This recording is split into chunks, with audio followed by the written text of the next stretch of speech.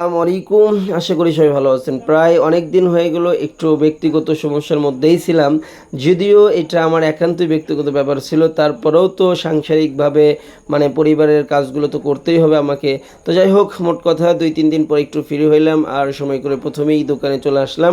দোকানটা দেখলাম যে দোকানের অবস্থা কি, দেখলাম মোটামুটি কেনাবেচা মোটামুটি একটু হালকা। যেহেতু এখন কুরবানি ঈদটার সিজনটা পার হয়ে গেছে, এখন সামনে যেহেতু একটা সিজন আছে হিন্দুদের পূজা, এজন্যই একটু মাল মোকাম-টোকামও কম করতে হচ্ছে আর এদিকে দোকানের কেনাবেচাটাও কম। তো যাই হোক, মোট কথা এদিকে বাড়িতে ফোনের মাধ্যমে কন্ট্যাক্ট করে একটা কাজের লোক ঠিক করছিলাম, যেটা হাফিজুর কাকা আরকি। ইনি আমাদের প্রতিনিয়তই কাজ করে দেন, আমাদের প্রত্যেকটা কাজ উনিই করে দেন। তো যাই হোক, মোট কথা উনাকে নিয়েছিলাম আর আজকে যেহেতু আমার আসতে দেরি হয়ে গেল, এইজন্য দেখলাম যে অন্তত তার সাথে দেখা করে আসি। তো তার সাথে দেখা-টেখা করার পরে এদিকে টুকটুক করে চলে আসলাম আমার টালে আরকি, যেখানে আমার গরুর জন্য ঘাস, তারপরে পাট, তিল, ঢেঁড়স এগুলো সব কিছুই লাগাইছিলাম আরকি।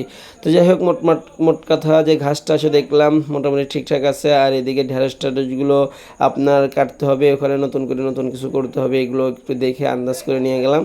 মোটামুটি দেখলাম যে একটু পরিশ্রম করতেই হবে আরকি, তাছাড়া তো আর দেখতেছি সব কিছু ঠিকঠাক হচ্ছে না। এদিকে বাড়ি যাওয়ার পথে এই কাকার সাথে দেখা, যদিও এটা আমাদের গ্রামের রাস্তা আর কাকা আমাদের পরিচিত। তো আর এই দোকানটার কুশাল নিয়ে যাচ্ছে আরকি, তো তার থেকে একটা ছোট্ট একটা কুশাল নিয়ে নিলাম। যেহেতু বাড়িতে যাচ্ছে আরকি, যে একটু হাতে করে নিয়ে যাই এরকম মনে হলো আরকি।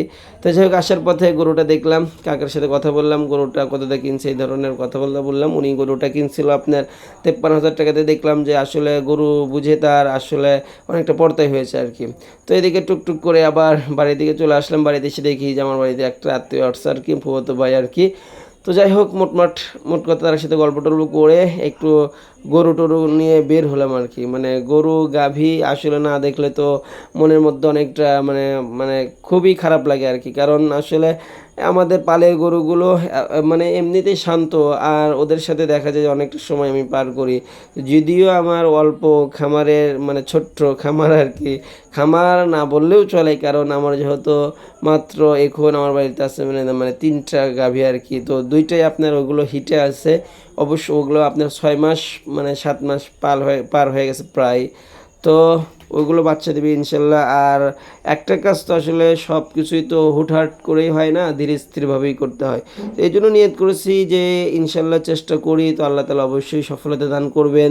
আর এর আগেও ২ টা গরু ছিল, আমার ৫ টা ছিল মোটমাট, ওগুলো কুরবানি ঈদের মধ্যে ২ টা বিক্রি করে দিয়েছি। আপনাদের সাথে একটা শেয়ার করেছি আর একটা শেয়ার করার ব্যাপারে একটু ঝামেলার মধ্যে ছিলাম, এই জন্য আপনাদের সাথে শেয়ার করতে পারি নাই। তো যাই হোক, মোট কথা আমার জন্য দোয়া করবেন, আমি আপনাদের জন্য দোয়া করি। আসসালামু আলাইকুম ওয়া রাহমাতুল্লাহ।